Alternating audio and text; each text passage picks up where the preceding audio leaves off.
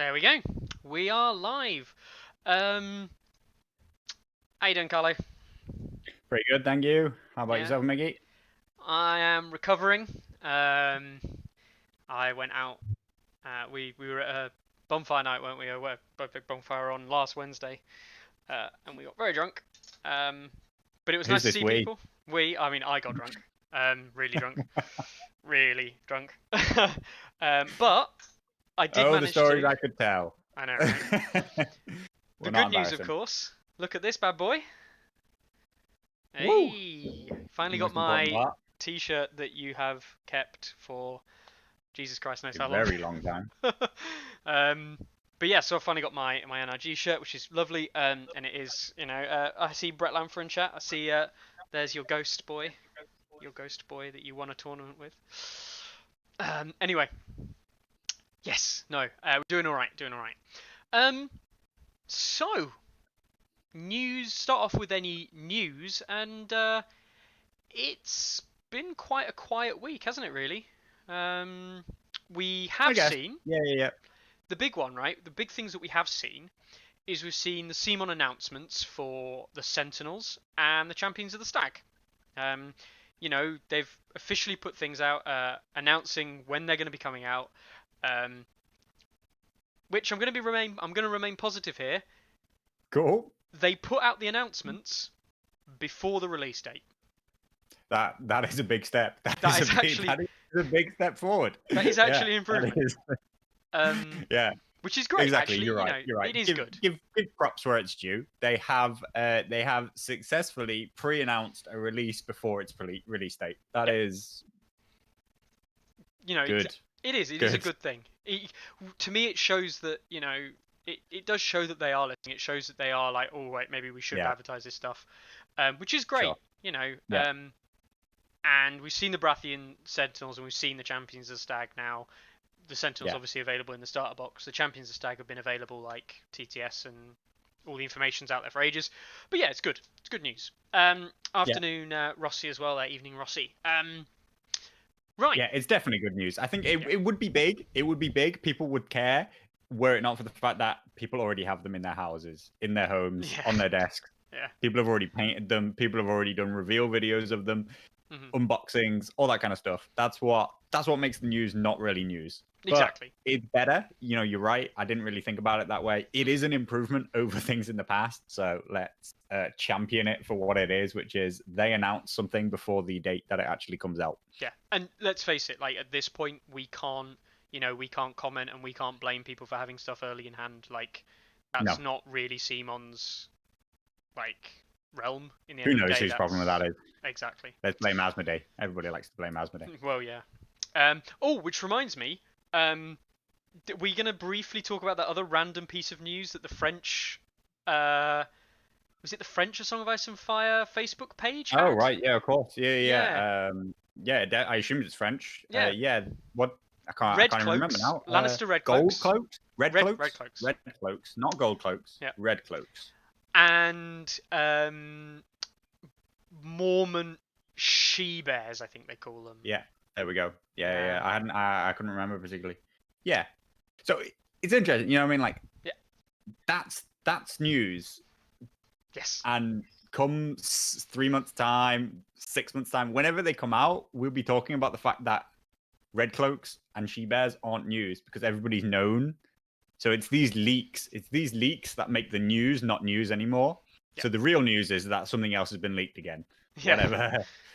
They haven't. They're getting better, maybe, possibly, at getting rid of these leaks. But yes, the red cloaks. Yeah, sounds interesting. Sound like it makes a lot of sense. It looks like it's where the Mormont veteran, is she called? I forget. Where the Mormont veteran and where, at a guess, where the Sentinel and Enforcer are supposed to go. That's what the assumption is. Yeah, I was gonna say you don't put the she-bear, you don't put the Mormont veteran in the red cloaks. That makes no sense. But yeah, the Sentinel Enforcer, and there's been some discussion on the Discord. It's all speculation, of course. Nothing actually been revealed except a name. And we even kind of knew the red cloaks. I think the name has been circulating for a while now, a little bit, as like a potential upcoming. Yeah. But so, I mean, discussion around like something akin to like Stark Sworn Swords style unit that's a bit lighter armor, but packs a bit more of a punch for the Lannisters, which would be good. And the She-Bears, the She-Bears, which has actually drawn a little bit of controversy, criticism, from about the fact that you're overhamming the fact that they're female warriors and that the Mormonts, they're women fight and stuff like that. Yeah. I mean, people are picking holes, aren't they? Of course. What matters is are the sculpts good? Yes. That's what matters. That's what matters. And they probably are. Let's put it. They probably are. Yeah. All their current ones are definitely good. So. Yeah. So we can see. I've just loaded up the front page. In case you weren't aware, this is actually the front page in action now, isn't it? It's been like this for a while, but I always check it loads before we start these things, but today I haven't. So we can see that those 3 tournaments finished up and a new tournament's been added. We'll check those out as we go through. But so let's go to tournament news, and should we start off with the big one that's drawn the most, I say conversation, I'll say, which was one that's just ended in Winter is Coming, Gamers Haven. Hi. Sure. Yeah. Interesting event. Yeah, definitely. Our relatively good friends, Bob, whoever he is, and Brett. Who's that? They were both in the final together, both playing Night's Watch, which is great, and it's probably no surprise to literally anybody that Brett wins another American tournament.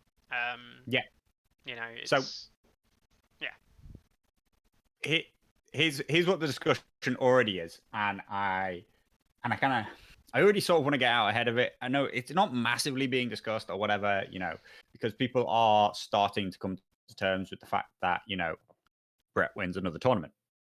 But Brett versus Bob in the final was 2 Night's Watch players playing each other. And already, I see discussion about the fact that it's like, oh, so Night's Watch are good again. Do you know what I mean? Like, oh, this is, so Night's Watch are top tier, Night's Watch are this, they aren't, whatever. You know what I mean? Like, oh, what was the list? And all these kind of things.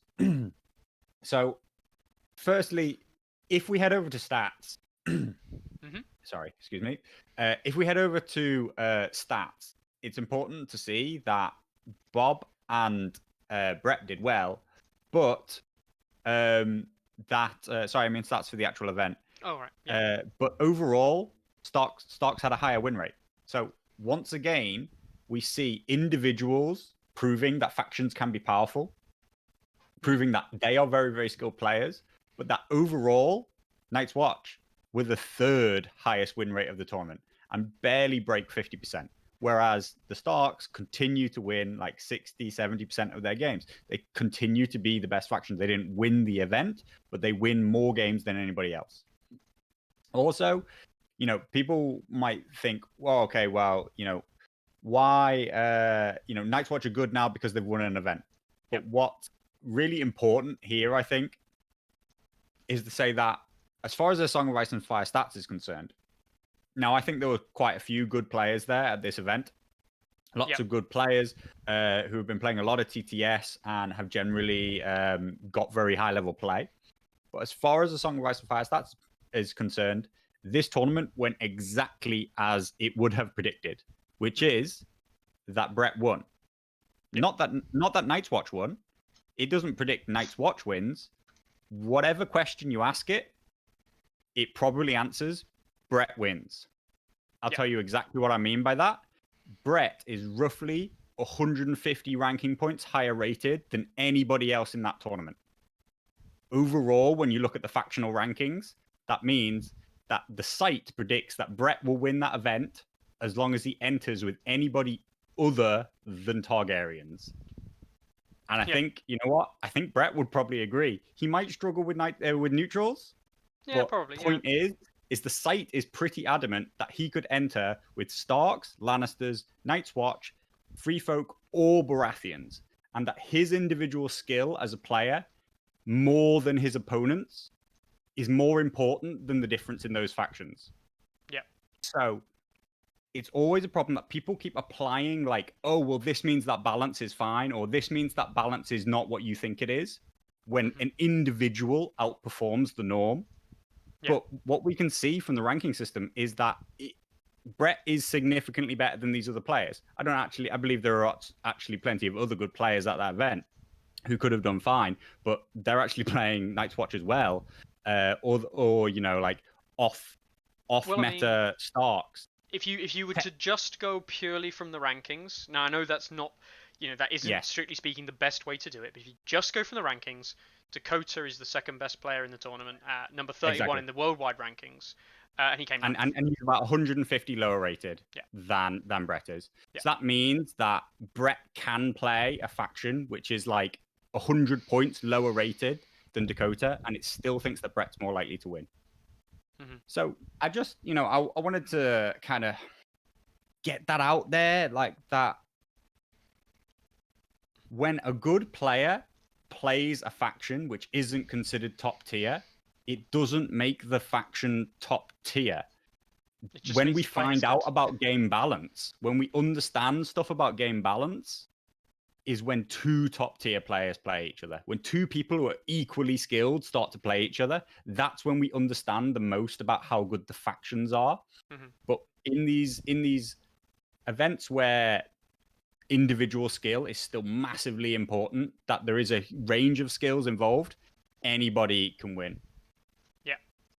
So I see a question there around conscripts having a 67% win rate. So let's have a quick look at this. I'd have to double check, but I imagine so. I think it's about 61, maybe. I was actually just doing I was doing the buying guide for the Night's Watch today, and I was looking at the stats. I think I had it at 61. Right. Wow, yeah, it takes forever, man. It takes longer now than it used to. 61, yeah, from 234 results. Yeah, I got a good memory. You do.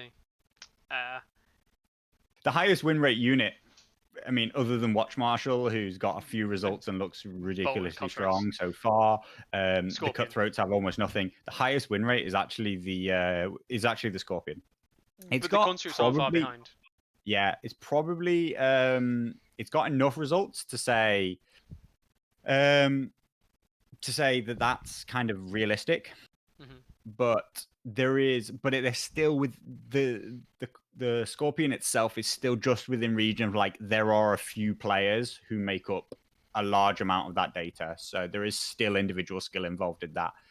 For the units themselves, I think if we're talking less than 100 results, we're talking, is it valid? Yeah. For factions, it doesn't take that much because you get a wider range of people using them.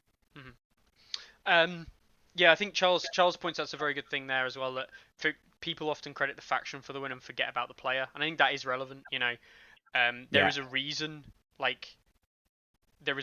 where we say that Brett was the only US entry, not North America. Obviously, we've got Ariakas and other people, but Brett was the only entry into the Masters from the US, and yeah, he may have gone out round one, but the point is that he is by far, and record Gen Con wins and things like that, he is by far the most competitive player and most consistent player on the American circuit that we see. Consistency is super important. Consistency is actually what makes ratings. It makes your rating high. It's not playing extremely well on any one given day or in any one given tournament. It's being consistent. And to be honest, I think that's what makes you a good tournament player anyway. It's actually very, very difficult to play really well all 4 games in a day. It's like quite a tiring thing. And Bartender says, what I'm saying is that he's clubbing seals. No, I think, point is that I think that I'm really pleased that he took on the challenge of using a less high-rated commander and a less high-rated faction into an event and proved that his player skill was good enough that he can still win with them. And in reverse, the system rewards him for it because he scores a lot more rating points for winning an event with Night's Watch than he would if he won with Starks, particularly if he won with a Howland Rob combo. He'd score almost nothing because the system would just say, yeah, but that's expected, He challenged himself and he still came out on top, and he had some very close games, and I think it probably made for a better tournament that he took on that challenge rather than just taking a well-known set of things that are very difficult to beat. Not unbeatable, but very difficult. And I think that's the big thing there is that he beat the likes of other friends of other friends of stats that he beat, like Chris Sunday Slaughter. He beat Lord Commander Bob. Hashtag who's Bob. But the point is that he beat these players using something. Even Bob, like in the last game that he played against Bob, it was quite close. It was a good game, but like that partially sings Bob's praises as well. The fact that it was a close game and he was competing with Brett, and I think Bob has been doing well on the online circuit. So it says a lot about Brett. I think it says a lot about Bob. It says a lot about Chris as well. I think it says a lot about, and they're all top 6 players. They're all in the top 6. Those people. But it also says a couple of things about and I'm going to mention his name again. Orge Bill, right? Is a neutral player we've seen on the online circuit, and we see him neutral diehard, the one and few. It used to be Sunday. It used to be Chris Tran. Used to be Sunday Slaughter. He was the neutral diehard. He's gone half. He's gone half in on Starks. He plays Ramsey based Starks, which is mental. Dipping your toe into being a dirty Stark, but at the same time keeping your heart where it is. But yeah, Orge Bill just absolutely smashing it with the neutrals constantly, and it's really good to see. Yeah. And I think I do want to give him a max shout out. I know he doesn't really watch the videos, but Orge, he's a diehard neutral, and he does well. That's the thing. Like, he went 2-2, which in a big tournament like this, 2-2, it's middle of the road. But he's doing it with a faction that really he should be going 4-0, like 0-4 with. Yeah, exactly. Exactly. Like that's virtually winning the tournament for neutrals. Like that's how big that is. So yeah. Yeah. I think it looks like a great event. I just wanted to, like I think it's interesting, and I think it's very much to plan, to expected that Brett's taken a not 100% top tier faction and he's won with it. And it's interesting that he had a tough time to do it. He had some close games that could have gone either way, and that's brilliant. That's what we want to happen. We don't want people seal clubbing as we were talking about. Yeah, I mean, in the chat, like that's not what anybody wants to see. Nobody wants to see somebody turn up at a tournament and just stomp like people for the first 3 rounds, have no competition at all. So it's better that these top players field these slightly off 100% top tier lists, but they still want to play lists that they feel confident with, that they still enjoy, that they don't want. Nobody wants to feel hamstrung by their own faction. Yeah. Which is where I think that neutrals and Targaryens are at, if you're completely honest with yourself. And depending on the matchup, Baratheons as well. I feel that Baratheons are hamstrung into certain matchups and just have like a really bad game.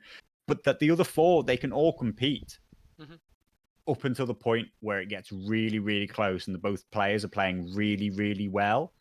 And then one faction just kind of says, I'm actually just better than the rest. Yeah, which, as we can see from the ratings, it's still Stark by a country mile. Now, the reason I've got this up, and I noticed that a couple of people have been asking about free folk dropping, and it's not just about free folk dropping. We've seen the slow decline of Baratheon, like you mentioned there as well, Carlo. I think it would be fair to say that the love of Baratheon has worn off, with Rose Knights effectively now being part of the armament, and unfortunately now also being kind of solved. People understand how you beat Rose Knights, and it is an unfortunate thing to see that Baratheons drop, because I think the Baratheons are still one of the most I personally find them the most interesting. Aside from Targs, I actually really like pre-Dragon Targs, which makes me mental. But I do think that they're struggling, and we will see the releases come out physically for them, and I think that will make them rise in tournament play. But yeah, it's. I'd be interested to take a really deep look. I mean, we won't do it now, but I'd be interested to take a really deep look on how many Mammoth games have been played with Free Folk. So what's a really interesting thing about the site is I'll do a check. I can do that quite quickly. actually when new stuff comes out, say a new heroes box or a new unit for any faction, you would assume that the faction gets stronger. It has more good options. Most people see it as probably better than something else that already exists. What we actually find always 100% of the time, never ever has failed yet, is that when something new gets released for a faction, it falls in ranking because it takes time to work out how to use it well. It takes time to craft a list around it. Generally speaking, when things are first new, they're not good. Yeah, it looks like they're top, though. Yeah, Mammoth straight away in at 81%. From only 11 results so far. 11 results is Yeah. very little in the grand scheme of things. But they are looking strong. Now, I am willing to bet that some of those people ran Mammoths against lists that, to be honest, are nowhere near capable of dealing with Mammoths. Which, again, is part of the problem with such a small 11 results is nothing. Like that could have been 10 results against a Baratheon player. That's too individual based. Like it's too much based on player skill of the two players involved, and also too much based on like the list matchup specific, the game mode matchup. Like all these things matter too much at 11. That's why I'm saying we'll talk about a unit when we have 100 results. Yeah, exactly.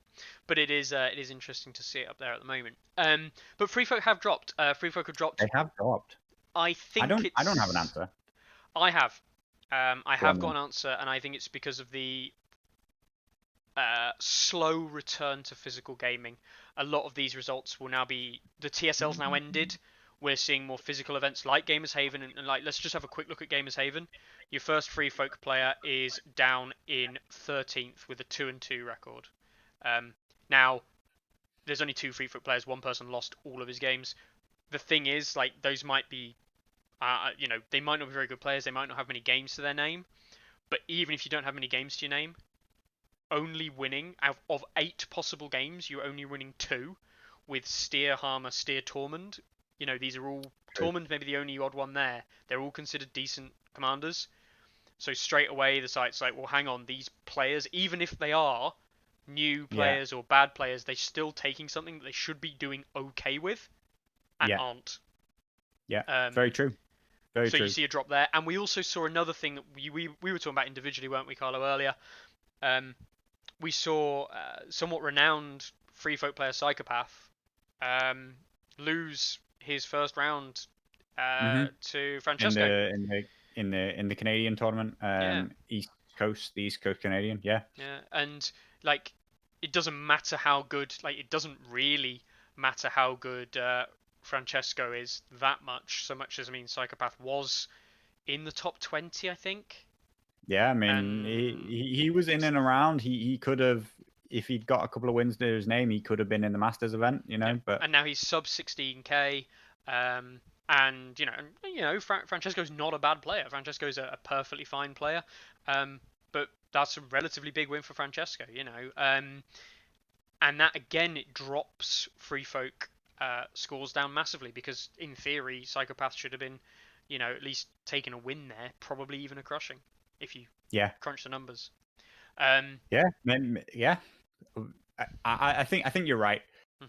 The Free Folk have always done better online than they have in person, be that restrictions around what people actually own, because they are one of the lists which is the biggest barrier to playing really, really high tier Free Folk lists is sheer number of units needed to be owned, transported, all that kind of stuff. Like it's practically a standard to begin lists with 6 raiders, if maybe 4, but like 6. And that's saying, like, are you going to buy 3 starter sets on TTS? That's nothing. You just click the button 6 times. In real life, that's spending $200 or whatever the hell it is on 3 starter boxes, and transporting 6 units and painting them and wanting to play that army when it's maybe not painted or whatever. So I do think that there is a significantly bigger barrier to playing Free Folk well in person than there is playing them online. Also, I guess there's also throw in they live and die by some really technical movement. which I think also leads itself to TTS play. Yeah, I tend to agree. So it is obviously we'll see how it goes, but I do think that's partially why Free Folk has dropped off. I've also seen a lot of recent tournament Free Folk lists, and this is from a Free Folk player, Free Folk diehard here. I've seen a lot of Free Folk lists, and they're suboptimal. We were talking about a list earlier. Which could be the reality of what a person owns, or Yeah. it could be other choices. Yeah, exactly. But I think it's more likely in person that it's a reality of what people own, or even like a barrier to like they'd never considered that they should buy a second or third starter. Well, I mean, I only got two. Until you bought fielded. The The thing is that the Free Folk insignificant spam, until you've seen it in action and seen it work, you don't necessarily think that that's the strongest thing you can do, because your raiders aren't the best thing you put on the board. You don't instantly put raiders down and 1 unit of trappers from your starter set and go, oh my god, I need more of these. No, you don't. But point is when you field so many of them that they're the only thing in your army, you start to realize that actually your opponent has no way to score victory points. Your opponent has no good choices, no good units that they can kill, and you just chip away. Yeah. So I mean, yeah. So I mean, Greg's saying there, Rhaegar saying 6 raiders, 3 trappers every week. Yeah, it does get old quite quickly. But there are ways around it, and I'm sure one day I will teach you how to kill a Free Folk list, depending on which faction you play, of course. Okay. Mickey's a Free Folk versus Free Folk mirror match specialist. He loves to theorize his own ways to beat his own list. I do. I absolutely love it. I've literally got lists for other factions that are purely for dealing with insignificant spam. There you go. And Bartender says people actually own that many do own that many Free Folk units in real life. Bartender, I do. I've never played them. I've never played a single game in my entire life of Free Folk on the table, but I own an insignificant spam army. So there he is, even in chat. Michael Psychopath himself saying he owns 3 starters, and 3 of a lot of. I think the only unit I don't own more than 1 of is Spearwives, I think, because I never saw. No, I own 2 Spearwives now, even as well, because they went up in value. The only thing I haven't got more than 1 of is Thens, because I genuinely think Thens aren't very good, which is crazy, right? Because they're easily the best unit in terms of look. Anyway, right. So other tournaments. We'll actually move on to some more tournaments. Other tournaments, yeah. There's one down, which is Gamers Haven, won by Night's Watch. But the real story is that it was won by Brett, which is predictable. Not because the other players there aren't good, but Brett is consistently, reliably just winning US events. Doesn't matter what he plays, he finds a way to win, and that's what it takes to be a really good player. So another one which we'll mention and has now ended, and we'll go across the stats. There's not a huge amount to read into the stats here. We all know the story. If anyone wasn't there, he's just appeared in chat. Daniel Loffelman. He's just reminded me that I had actually genuinely totally forgotten. Psychopath was actually in the top 16, but was the only player out of the 16 who chose not to take his spot. Not 100%. Viper also, he did, and then he had to drop out before the event began. Yeah. But because he was traveling. But I guess Psychopath was the only player who chose not to want to compete. Yeah. I forgot that he was there. Yeah, he was top 16 rated. So yeah, like you say, really big win. And when a player like that loses, it has much more impact on the rankings than when other players do, because it thinks that's a much more significant event. Yeah. So we go to Masters then, and we do obviously, he is in chat today, Daniel Lofferman, aka Larks. Congratulations, obviously, for beating out Spleen. You are absolutely in my good books, not because you're a nice guy, because you are a nice guy, but also because I said to Carlo, and you can go back and watch the videos, guys. Check out Song Lives and Fire Stats YouTube. There's some great videos. You can go back and watch the video from Tourney Chat maybe 3 or 4 or 5 weeks ago, and I said a European would win. And a European. Is that it? You didn't commit to Larks. No, I didn't. I thought you were going to say I said Larks was going to win. I mean, we both predicted that Larks was going to win, but I said a European was going to win the tournament. I genuinely believe Yeah. that it was going to be a European. Well, I mean, yeah. the Europeans did very, very well in the event. They knocked out most of the non-Europeans in practically the first round, and Spleen did very, very well to carry on as far as he did. Yep. Larks's route to the final is interesting because he came out of a quarter of the event, which was entirely Starks. You know, like I think what Larks has really proved beyond anything is that there can be no doubt in anybody's mind at all. If you could possibly say that Larks isn't the number one player in the world, then the one thing you cannot possibly deny is that nobody is better at the Stark Mirror match than Larks. No. There's no evidence to suggest there is anybody better than Larks at the Stark Mirror. No. 100% agree. No. And you know what? Like, as good as I am, because I'm incredible, like, I would not put my hat in the bag and say I can beat Larks in a Stark Mirror. Rankings don't say otherwise. Hey, shush, I just because I don't play, right? No, but jokes aside, I genuinely don't believe that I've seen anyone who would have a strategy to take on Larks in the Stark Mirror that can beat it. I believe that Spleen had a route, and I do believe that Spleen perhaps made some mistakes that he could maybe have won with. But the point is that Larks still won the game. There. Yeah. Larks still proved that he could win. Yeah. Exactly. And that's what Larks is incredibly patient. Spleen showed a couple of times of impatience, taking a risk that he didn't need to take, and both times in the end it cost him. You know, there was one occasion where he took a swift advance into Stark's One Sword's flank charge, which went very, very well. You know, got him up in a game, but then he chooses to take another risk later on with his Berserkers, and that one suddenly goes badly. And Larks, despite the fact that he's losing on VPs, has remained patient, remained steady, just stuck to his own game plan, and suddenly Larks, that's Spleen and Larks together. Suddenly Spleen unravels because Lark baits him into taking a move that he doesn't want to take, and he pounces on the mistake. Yeah, Psychopath, we were talking about it. I will admit fully that I think your 4-trapper, just an aside here, Carlo, but I do think, Psychopath, your 4-trapper, 1 Mammoth, 2 Raider list, like, I like the idea, but I feel like it's going in 2 directions, and I feel like you could probably swap out 2 of the trappers for something else for 8 points elsewhere. But I do actually kind of like the base of the idea. It's a really interesting comment that Psychopath makes. Yeah. That stats forces you to only bring strong lists and prevents testing / playing for fun. When actually, I believe that it's completely the opposite. You know, like I can't force and I can't make you understand it if you believe it differently. If what you care about is the win rate, the percentage that it says on your profile, then yes, you should bring the most competitive army list you ever can. But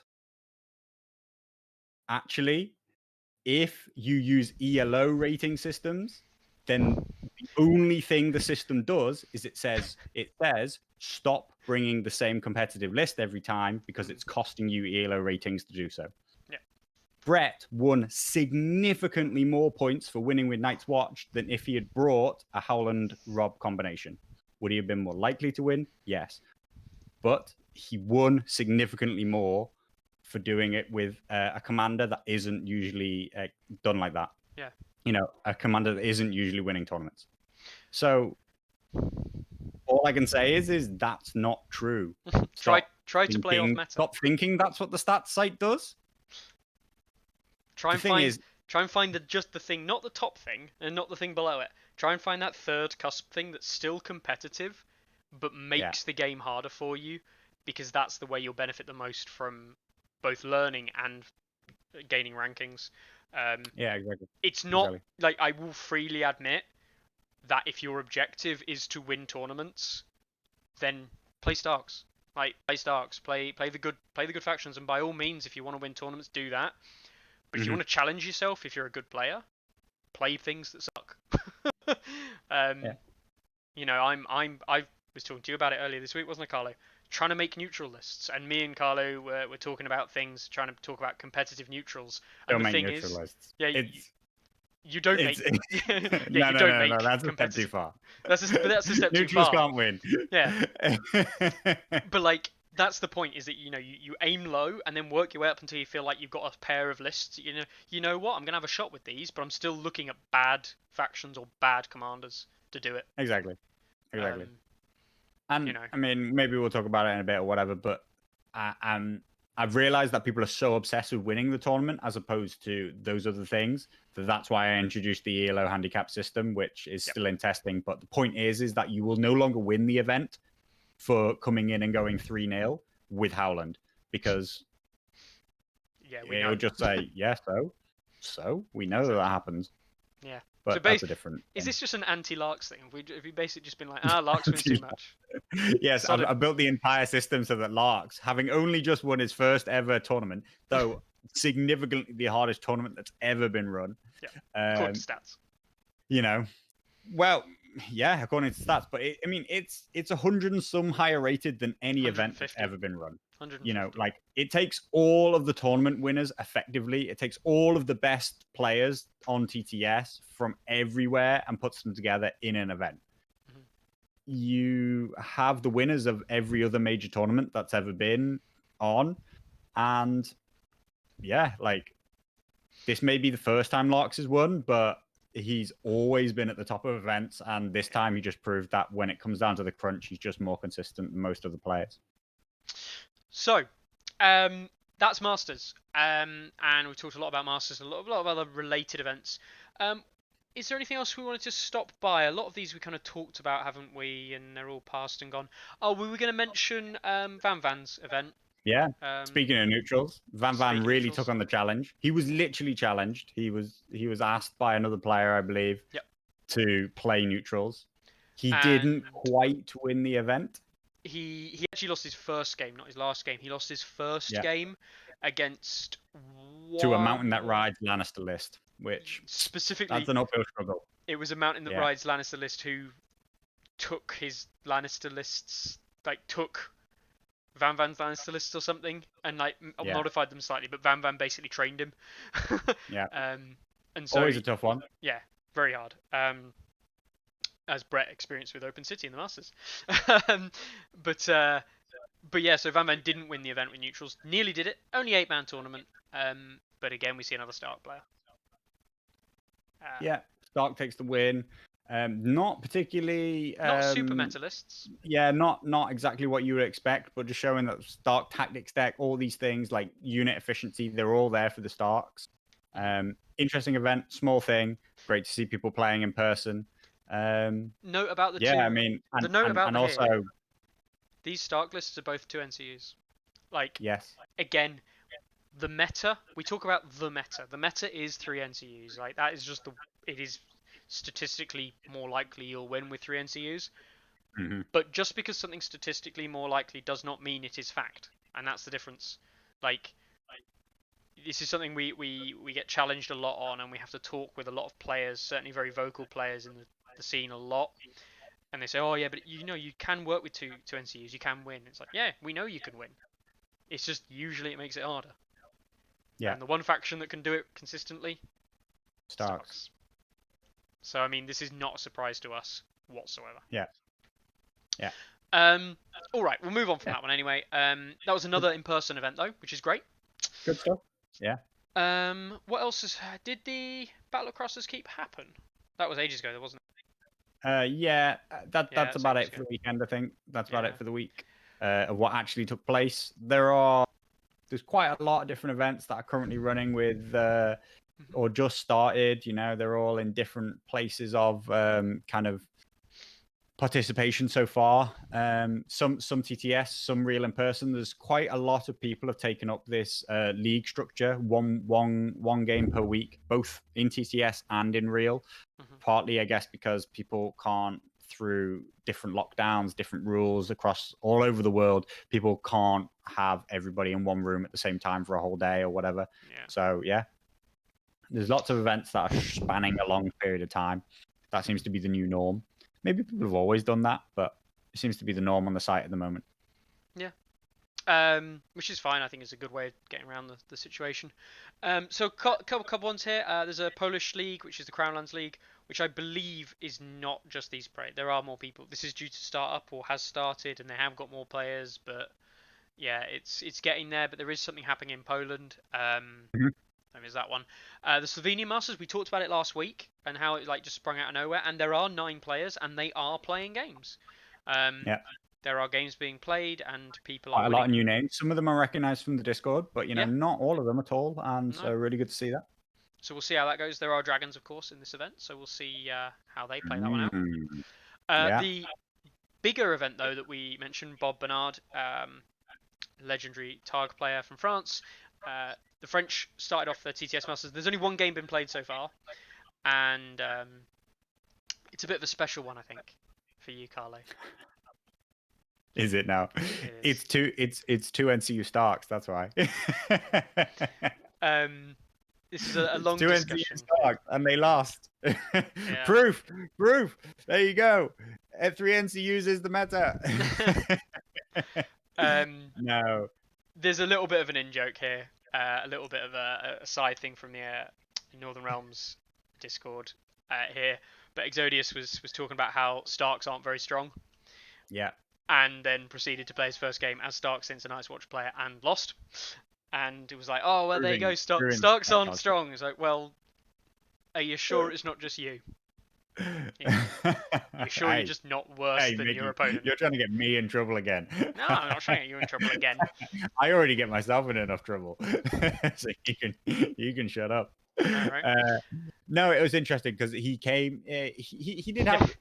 So, I think he didn't articulate his point very well. But his point was that Starks are overstated as being dominant. Yes. And that is true. Yeah. A complete noob cannot take Starks and win. I believe that like 95% of people, probably more, 99% of people are not playing this game at a level where it matters that much. Starks are not unbeatable for 99% of players. Yeah. 99% of players are not playing the Stark faction in such a way that it's so perfect that you couldn't beat them. Yeah. Problem is that I do actually believe 1% of people are. 1% of people are playing the Starks in a way that is so perfect and so unbeatable that without incredible luck, i.e., you are very unlikely to get the positive outcome, other factions can't beat them. Yeah. For quarter 4, before quarter 4, we'll see what happens. We'll see what changes. We'll see if that makes any difference come quarter 4 releases. I don't see anything particularly in there, though, because I still think Starks, when played perfectly, will beat Mother of Dragons. And that's a very interesting discussion about Mother of the Dragons, because there's been a bit of a flip in a lot of the, I'm going to say rhetoric, except if you're in the Discord Dragonstone, in which case everything is terrible in the world. There's a lot of flip, and there's been a lot of people actually saying, you know what, dragons aren't that good. There are ways that they can be beaten, and they are not as strong as people think they are, which is refreshing to hear, because we always hear the black pill of, oh my god, this new thing coming out is awful. Yeah. And if we finally got voices coming through that are actually being like, yeah, it's good, but it's not that good. I think dragons have the same kind of issue, which is that there is an almost perfect way to play them, which is a lot about charge denial, a lot about facing and maneuvering in really, really awkward, difficult ways. And I think that will be almost impossible to win. And we will basically see which of these two perfect maneuvering factions in the Starks versus the Dragons actually comes out on top once we start to see a lot more information. Once we start to see a lot of data and a lot of people get good with them. The thing is that people aren't necessarily good with the dragons yet. I think it will take time to adapt to being really good with them. And then it will take time for people to adapt to how to beat them once they're really, really good. But at the moment, yes, they can definitely lose. We will see. We'll see where it falls. We'll see where it falls. That's why I always say let's wait and see where the actual stats come out. I think it's overrated as always. I think it's overstated how powerful or how much it's going to change things. Mhm. I do hope it does change something though, because we need something to change. Mhm. And I would like something to make dire wolves change that, as at least knock it off from being the perfect thing that wins. Yeah, no doubt Yannick plays some good dragons, I imagine. But yes, right, okay. So a couple of other things next up. These are kind of like events about to start, things like that. Because we talked a lot about the past. Let's talk about the upcoming now, if you will. We've got an in-house event. Grant Stacey. Now, I believe he's actually quite active on the Facebook group, if I remember rightly, Grant. And it's Romford. Now, I don't know if this is Romford US or this is Romford UK. Not like anyone knows where the Romford UK in England is. I just happen to know it because I grew up there. Oh, I was going to say, Essex, I've never heard of it, Mickey. Essex is Upminster, Essex border, Greater Boroughs of London. Romford.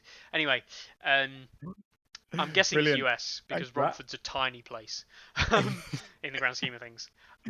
But yeah, no, there's a TTS event there. It is in-house, but it's a name I've heard before. So ask questions there. Don't know. News to me. News to me. I know, right? There's a Italian tournament coming up, which this Yes. baffles me because I thought Italy was in a permanent state of complete death and destruction, but clearly not for everybody. That's what it feels like in the UK. Is it anyway. TTS? No, it's actually in person, isn't It's it? in-person event, yeah. At least it claims to be. Yeah. Well, hopefully they get out and get to play. Yeah. Which is When's great. that one? That one's supposed to be next weekend. Hopefully, Hopefully Yes. they will. Will run the event through the site, and hopefully they get more than 4 people. But if not, even if it's 4 people, I hope they run it through the site. They're looking for 20 players. I'm probably of the opinion they wouldn't be running it if they had less than 8. You wouldn't run it for 4 players. It's sort of like that. So they probably have some more players. I'd play a 4-player tournament tomorrow if I was allowed. Mate, you'd play a 1-player tournament tomorrow if you were allowed. 1.5. 1.5. All right, you can play. All I need is half a player to play against. All right, so yeah, there's the Italian event there. Romford. Battle of Whispering Sound. Now this one's a bit bigger. This is a TTS event. This is the we briefly talked about it last week, but it is still open for sign-ups. Finishes the sign-up this weekend. It's the bizarre one. It's the one where if you're below 1550, you pick what you want, you play what you want. It's a tournament. It's just a tournament. If you're above 1550, you get a random that isn't Stark, Free Folk, or Targ, and you can reroll if need be. This is what I mentioned neutrals earlier. This was the reason I was trying to kind of come up with neutral lists, because I basically wanted to roll neutrals into the tournament to see what I could do with it, to see how it would go. And bold strat, can't. It is the way I'm looking at it now. I don't actually know if I'll enter, but the way I'm looking at it now is if I do roll neutral, I'll probably re-roll, and if I still roll neutral again, I will probably just run 2 Bolton lists, because trying to run Vargo, just trying to run Vargo in a list in neutrals just feels like a non-starter. And I built some lists and I looked at them every time and was like, this is really good, except I'm spending 6 points for a unit that I know I won't get 6 points of value out of. So I'll tell you what my real issue on this is with balance. My actual real issue with game balance isn't the people who are winning 30-40% of the time. So we're talking about Drogo, Drogo Targaryens, and stuff like that. That's not what I actually think is the biggest game balance issue. Actually, we're going to talk about this. The biggest game balance issue is the thing that people will literally never pick. There are 4,000 results on a Song of Ice and Fire stats, and pretty much nobody has ever competitively played a unit of Mummer Skirmishers. Yep. Resources get a bit of play. Thousands of people entering results and doing stuff, and not one of them has ever said, I think that unit is decent. So this actually came up on the Discord, and I do want to, for anyone here wondering, I do want to address it now, because a lot of people saying, "Oh, Starks are really highly rated, Starks," and then someone said, "Oh, but Dario and Vargo Starks are rated like Vargo's the 8th best commander on this list. Vargo Starks is the 8th best commander on this list, right? Now Dario has 6 games played, according to the stats. Vargo has 5, right? If They both almost all will have come from the first Builder League. Yeah. When I forced people to use them. And more importantly, not only just that, but that rating that they have is nearly entirely from the Stark faction rating. So we have a problem here now, where if you run these, and this is a real issue, and it's really hard to go over this. If you run these commanders, you're going to be rated at 80 for your commander, plus the differences in, opponent and things like that. And actually, there's a good chance that you will never, truly know the real rankings for Vargo and Dario. Because actually, right now, if you were to play games for the stats site, you would be mental to choose these commanders. Because the chances are you're massively overrating yourself, and if you lose, you'll lose tons of points, and all you're doing is proving the reason why they're not picked.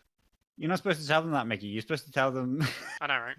You're supposed to tell them, please play them, so that we can know how good they are. But... No, that's actually constantly the issue. Constantly the issue isn't the people who are lowest rated. It's the ones that don't have a real rating at all. There are things that just don't get played. There are combinations and there are individual units, shall we say, but whole commanders never getting played in any faction. Whole combat units, even if they're neutral, getting fielded in nothing. Never, no army list finds a use for them is another thing. Brett says, wasn't the one in an NRG? I think there was actually technically one. The only thing that wasn't fielded in all of NRG was Jorah. No, sorry. Jorah in all of his forms. No, Jorah in all of his forms and Davos, right?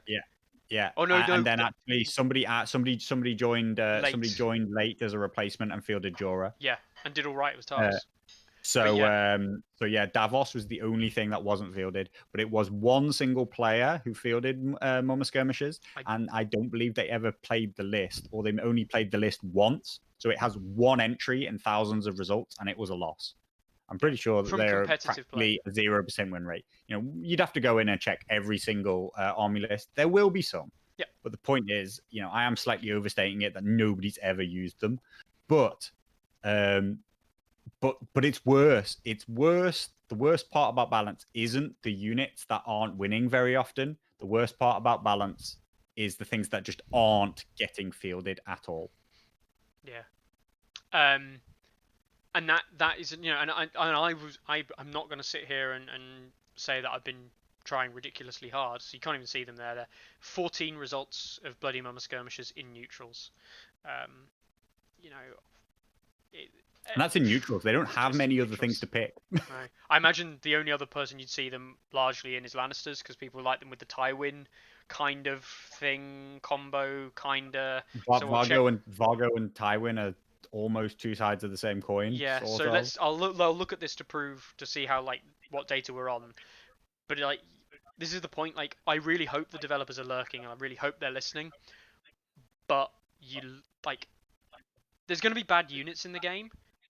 Yeah. Yes, there's 5 results with them. 5 results, and we're talking over 500 or more opportunities for people to field them. So I really think that I really hope they're lurking around. I really hope that they're listening, and I really hope they're responding to the community. Exactly. Drogo. So the thing is Drogo is not winning often enough because Targaryens are not quite as strong as they need to be. They need little touches here or there. But at least people see Drogo and think, I want to play that. I want to give that a go.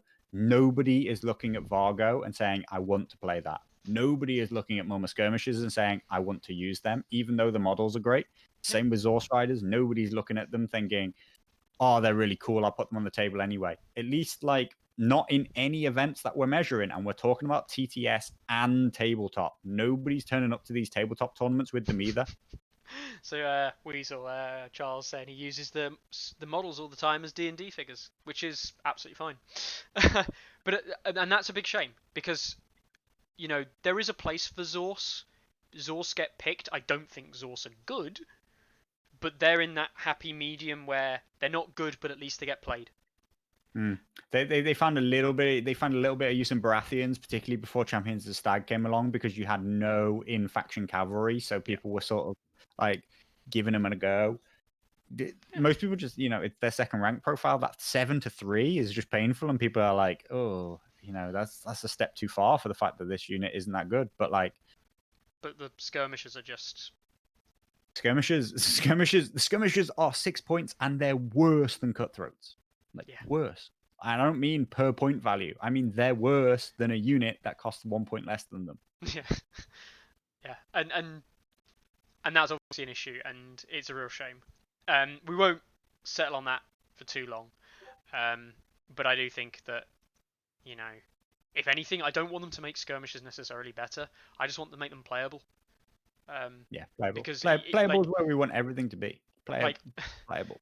Putting them in a list playable just makes me feel like crap. Beatable is what we want everything to be. Yeah. Usable and beatable. Yes. That's the range that we want everything to be in. Yeah. You can put it on the table, and that if your opponent puts it on the table, even if they play really well, you could still have an opportunity to beat it. Yeah. That is game balance.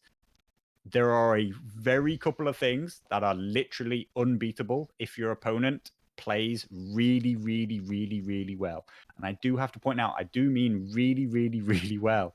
If you're just talking about a casual game down your club, of course it's not unbeatable. Chances of that player even that person who can play that well, chances of them playing that well at a random game on a week down at the club when they're not that bothered, not very likely. No.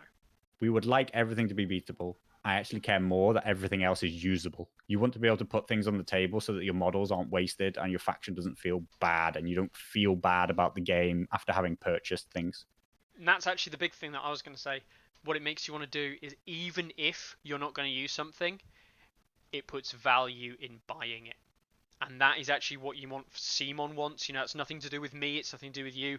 I saw value in buying Fens because I like the option of being able to field it.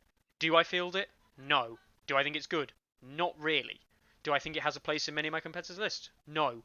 But I still bought it because I think it's important that I own it, because I would like to test it, because I want to play it. With skirmishers, I have no intention of buying them, and I'm looking at, I've got Neutrals 1, I've got Neutrals 2 now, partially because I'm going to get into Greyjoys probably, but I look at Neutrals as being is that something I can fiddle around with? And I look at, would I buy Zorses? Yeah. Would I buy skirmishers? No. There's no point. And it's really telling that it's about the only unit that I only have one of. That's how bad I think they are. I know, right? Crazy. I only have one of them. That's because I couldn't possibly imagine fielding 5 of them in a list. All right, so back to some tournaments, and less me talking about how bad mamas are, but it does make me sad. Western Warriors one-day TTS event by Dion Midnight. Dion was on the NRG stream from Toy Soldier Imports, along with Daryl commentating on the Larks game. These guys are great. I want to give Dion another shout out. He's a lovely boy. I was going to say that. Lovely guy. Toy Soldier Imports do a lot as well for Australia region, sending out stuff. Really good communication as well. And Dion really likes commentating. He really likes just playing the game and really likes supporting the game. And he's running another event. And I will expect to see all the usual suspects of our friendly Australian players going down, the likes of DeBorder, Deoxys, things like that, for an actual day. So TTS either they've misclicked or they are actually playing on TTS. Yeah. They so are. It's local event but online. Yeah. So they're playing on TTS. Stay home. I have been thinking about this for a while, actually. I do think it's a really great format. I think that it would be really good to sit down, set some time limits on the games, and play TTS in the more conventional tournament format, and to play it over a period of weekend. I actually thought maybe you would play it over the period of 2 weekends in a row. But to actually really say if you want to play, you're playing on Saturday, and you're playing 3 games on that day. And I think that's a really interesting format, and I'm really glad that they're exploring it, because I thought that I've been thinking that'd be a really great way to replicate the tournament experience, but through TTS. And I will give it again shout out to the Australian scene, because they're the ones who did the activation tournament, and they posted it on here so we could see the results. We had Death come on the other week, and he's been on a couple of times now talking about his experiences and what they found out from the tournament, and what people's feelings were.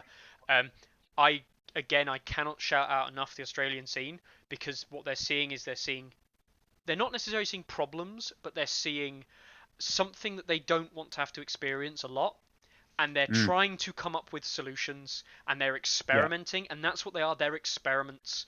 And you know what? They don't come away from it and say, it was better, it was worse, we'll do it this way, we won't.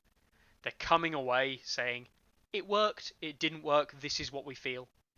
And, I think this is superb. If Americans want to do this, saving having to travel all those distances, although in-person event is always better. But you could run a one-day American event and try and arrange it that way. The guys from Gavers Haven with the likes of Small Council. You could do it. We could do it in the UK. To be honest, seeing how this goes, I think we should try it out. And you can finally lose to George, as you've been threatening to do for ages. Oh, yeah, totally.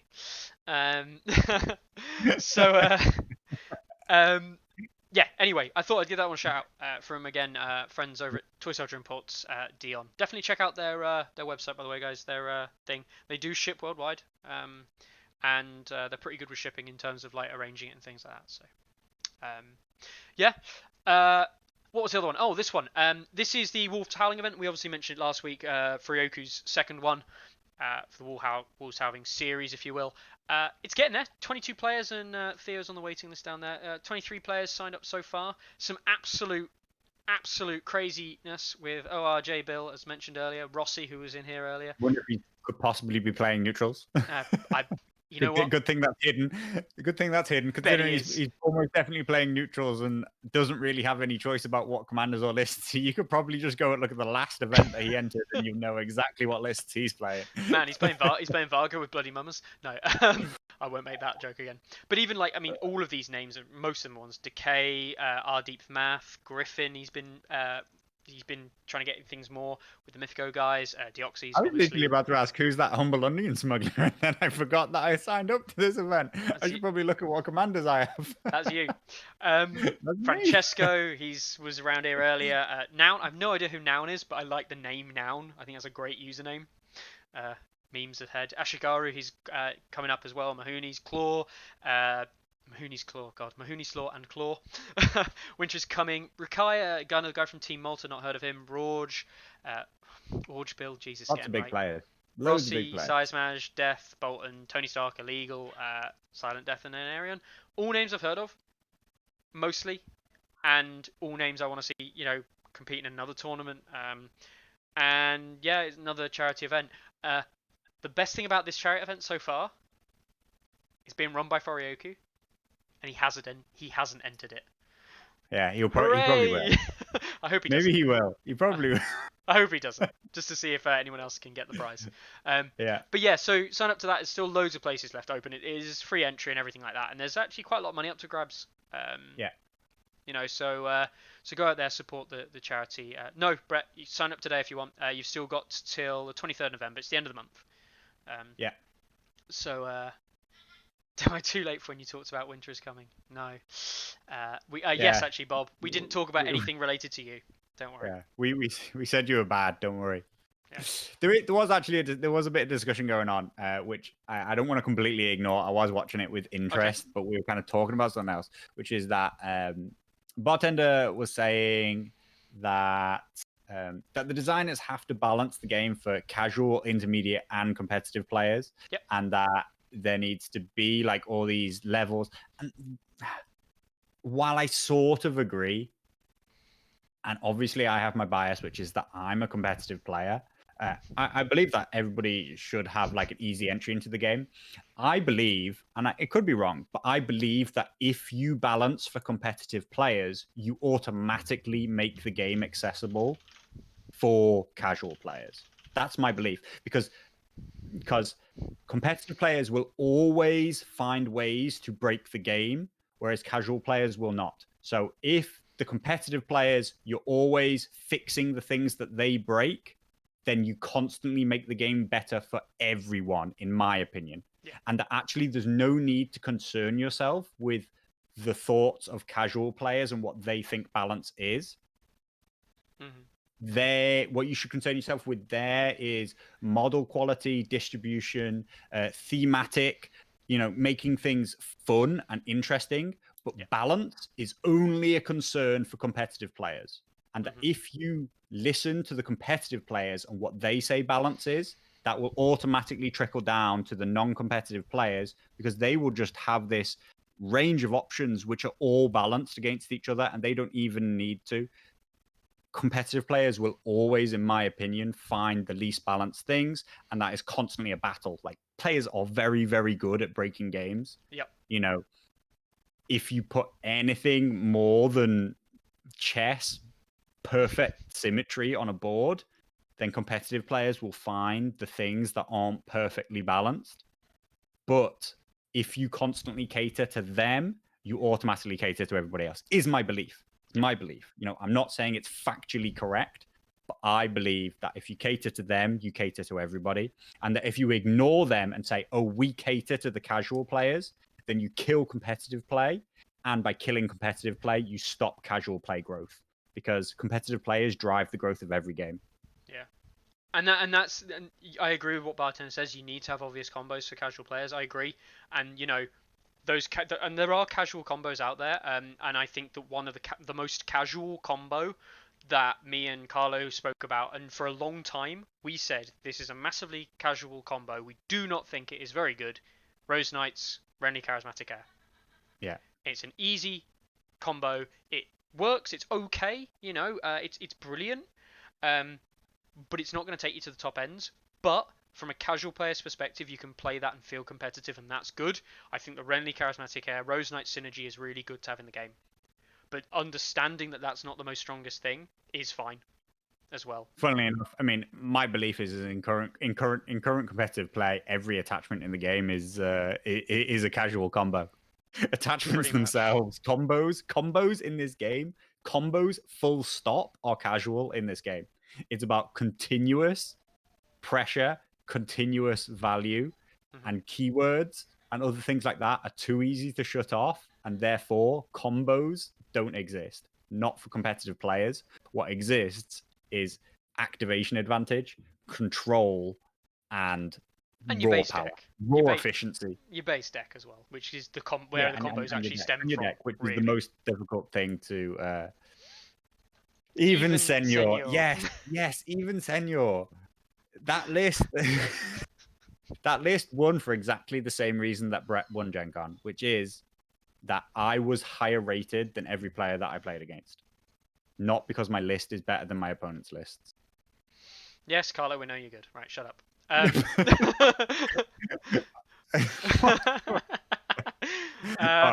All right, shut up, you. I am humblest of smugglers. You are the humblest of the smugglers.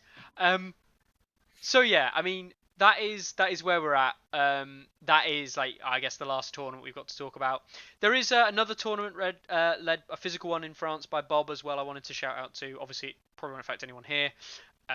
French names we see yet again on the list. But again, it looks like France are opening their doors. This isn't till December. Good stuff. But yeah, I look forward to seeing that. Now, think that leads us to all of our tournament news. I think that is everything tournament-wise covered. So now, really, it's just a chance for us to meme. Obviously, there was a discussion last week, and there was an argument last week as well, entirely different, related to the Kickstarter. As far as we're concerned, check out the Kickstarter, guys. I'll see if it loads the link, if I can actually find it. Currently it's trending towards an absolute maybe. Currently it might succeed, might not. If you want it to succeed, you need to commit. The way Kickstarter works, I mean, like, obviously Kickstarter always has a big rise in the start and always has a big rise at the end in the last 48 hours. Yeah. But it works on what it really works on is like public opinion. Everybody telling other people that they believe in the project. Yes. When a project is successful, it becomes more successful. And when it's not successful, when it's looking like it might not succeed, everybody stays hands off. If you want it to succeed, then you need to commit to it. And if you do, then showing that you've committed to it will make other players commit to it. And suddenly it will become a success again. At the moment, it's absolutely on a knife edge. It looked like it was going to be successful in the first day. It did well. Not quite, it didn't blow through the total target. It's at about halfway. It has more than halfway to go, but it needs to continue to grow, and it needs a bit more. It needs a bit more backing for people in the last 24 hours, the last 48 hours to go. You know what? I'll commit, and that's what it will. That's when it will or won't be successful. If it gets closer, it might go there. There are discussions about whether or not there is a license issue or whether or not CMON will come after it and stuff like that. But as far as I'm concerned, like there aren't. I don't have any personally. I don't have any qualms or risk about this not being delivered as a product. Because I believe that he has them in person in his hand. He has shown this isn't some 3D renders of a board game where you're like, are these people actually going to follow through? Are they actually going to be able to do this? He's had test products produced. Yeah, he has them physically made and stuff like that. So I believe that he will do it. Actually, Bartender's talking about whether or not he should pull it and stuff like that. If it's not successful, I think it will probably be successful just as a store if he just puts them online to sell.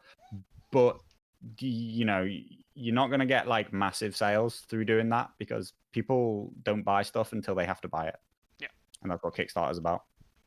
So we thought mention that anyway because I think it was a bone of contention last week for you, Carlo. I know, and I wanted to address it again because I do think there's been some negative press around it, and I think me and you are on the same page where to some extent it's unfairly warranted negative press, I think. I think it is still a good project, and there's a lot of people in the community who really look forward to it.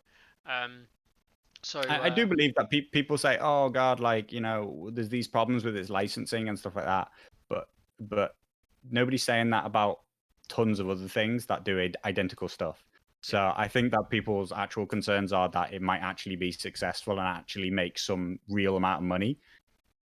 So why do we treat it differently just because it's real instead of an Etsy store that makes £20 a month? Right. Another thing though we'll do today, because we haven't done this in a while. Carlo is a greedy member of Patreon. Now the Patreon's getting there. It's got 16 members. There is some stuff that's being arranged. Should we mention the idea for the tournament now?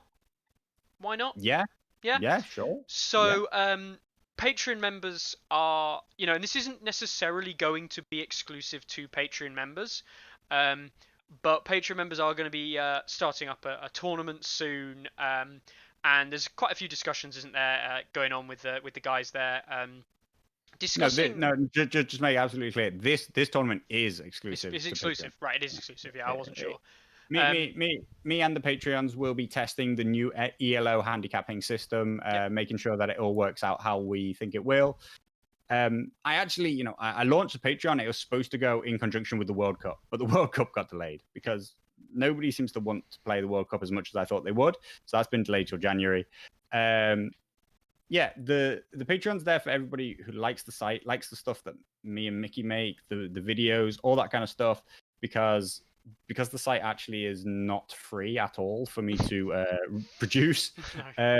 So, I will say already that the 16 people who back the Patreon and are my Patreons at the moment, their commitment that they like the site, they like the stuff that I do, has really helped me through a period of time where I was very much like, I'm not super interested in this anymore.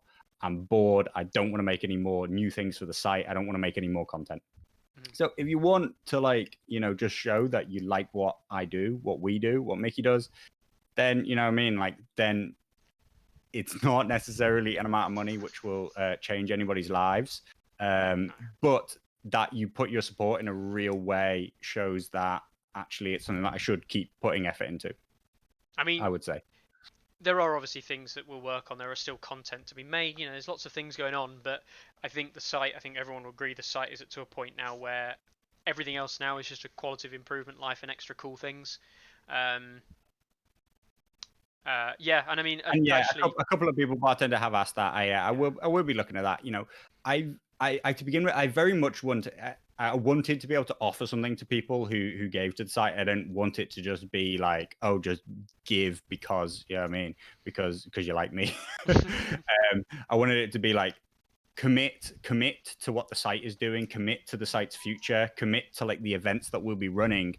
And do you know what I mean? That will help me run bigger, better events with big prizes and stuff like that. But you know, if people seem that maybe they wanted to just give for no reward, then that's fine as well, and I can do that. Interestingly enough, you know, like Patreon has some quite aggressive fees, and the lower the amount that you ask for, the bigger the percentage fee they take off you. So the reason why it started at £5 was because at £2 they take practically like 50% of the money that you pay. So you know what I mean, like it's almost not worth it.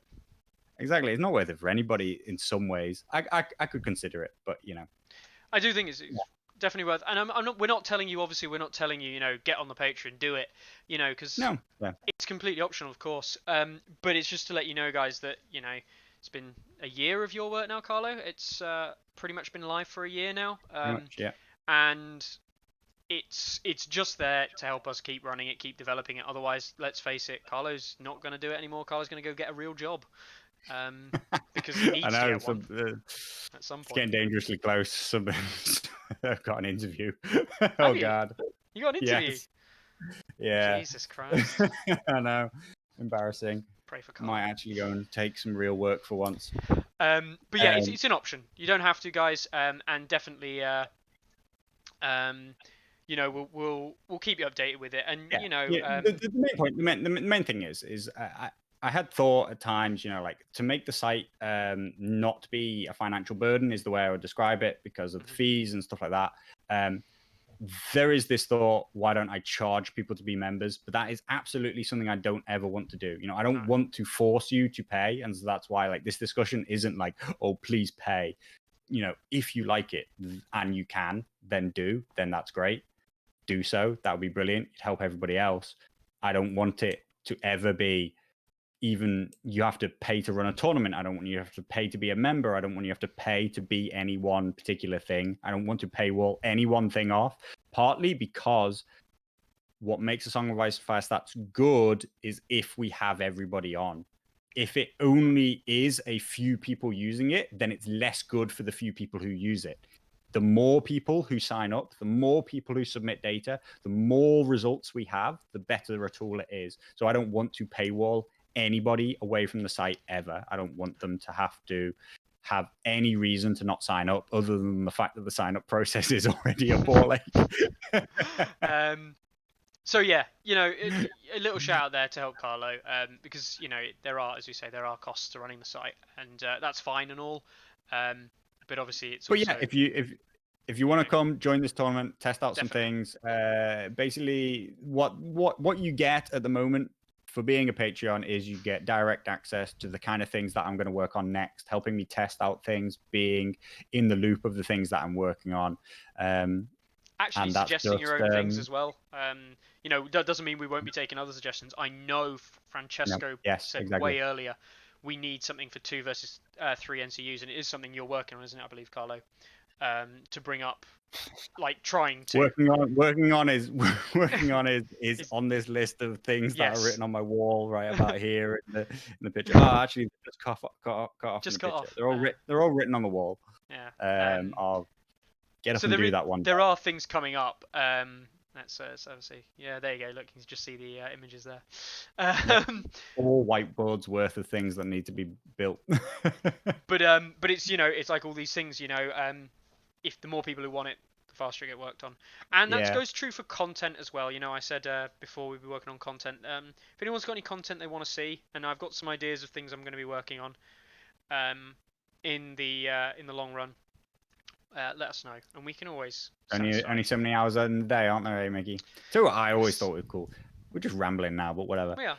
So much so that even Brett's left. You know things are bad when once Brett's gone. Yeah, you do. Once Brett can't stick around for this chat anymore. So what I thought would be super, super interesting is actually like play-by-play analysis. I think it's quite difficult because there are so many options at every time. But play-by-play analysis of top players playing. But I think it'd take an extremely long time. That's the barrier. But I thought that'd be really good. But what are you gonna do? Hey, we'll have to see. I'll have to think about it.